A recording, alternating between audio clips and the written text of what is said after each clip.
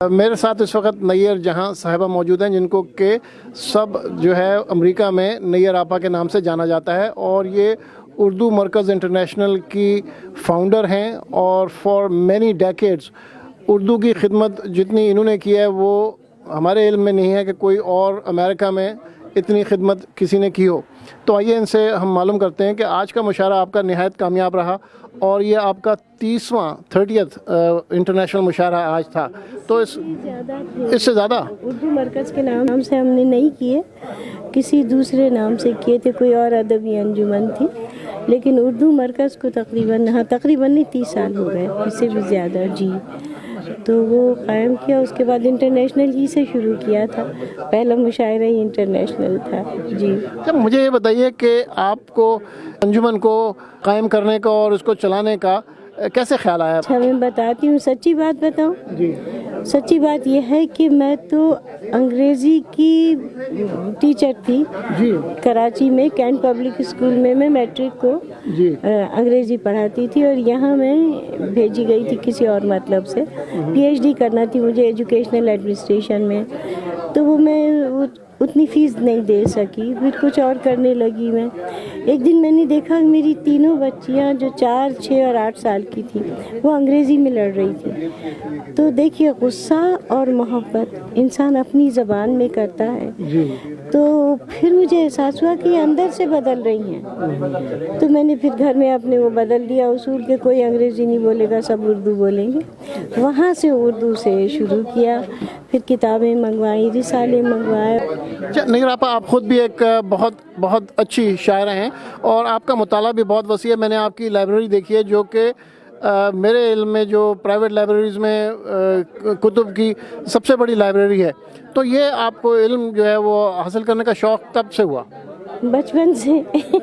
اس کا نارمل یہی جواب ہوتا ہے۔ تو آپ جو ہیں وہ جو یہ مشاعرے ہیں یہ آپ نے کب سے پھر مطلب اس میں آرگنائز کرنے شروع کیے؟ یہی ہوا کہ 84 میں بہت بڑے شاعر کینیڈا والوں نے بلائے تھے، تو اس میں سلام صاحب ہیں، سلام قریشی صاحب، جو کہ ان کی ایک بہت بڑی کمپنی بھی تھی، تو انہوں نے اپنے ایک دوست کو مشاعرہ شادی میں تحفے کے طور پہ دیا، تو اس میں پیرزادہ قاسم، جمیل الدین عالی اور علی گڑھ کے بہت سے بڑے شاعر وہ سب آئے، تو ان کے یہاں سیٹرڈے تھا، تو میں نے فرائیڈے مانگ لیا ان سے، تو کہنے لگے ہاں ٹھیک ہے اور آپ کیجئے۔ تو وہ پہلا مشاعرہ تھا، اس میں بشیر بدر بڑے مزے کا تھا، اور ہم نے مندر میں کیا تھا، پہلے مندر میں کیے، پھر ان کے گرجوں میں کیے، پھر ہم مسجد میں کرنے لگے، اور اب ریسٹوراں میں کر رہے ہیں۔ اچھا، آپ پہلے جو آپ مشاعرے کراتی تھیں اور اب جو مشاعرے ہیں اس میں کیا فرق ہے؟ بہت زمین آسمان کا فرق ہے، آنے والوں کا بھی۔ اب تو بہت مشاعرے ہونے لگے قدم قدم پہ، بلکہ بڑے تعجب کی بات ہے کہ لوگ، مذہبی اداروں کے لوگ فنڈ ریزنگ کے لیے مشاعرہ کروا رہے ہیں، اور ہم نے جس زمانے میں شروع کیا، مساجد ہم کو فلائر نہیں رکھنے دیتی تھی کہ یہ شعر شاعری جو ہے یہ کم و بیش حرام کے اس میں آ جاتی تھی۔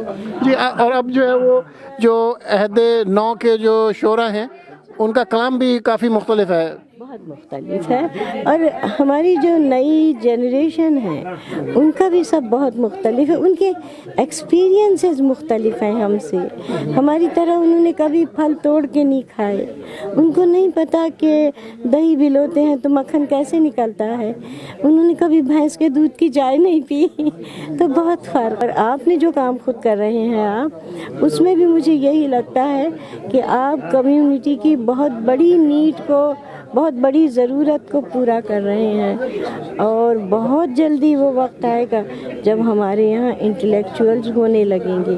ابھی ہماری قوم میں قحط ہے انٹلیکچوئلز، تو وہ آپ کی محنت جو ہے وہ بھی بہت، میری مشاعروں کی شاعری سے بہت اونچے درجے پہ ہے وہ، ہماری بہت دعائیں آپ کے ساتھ ہیں۔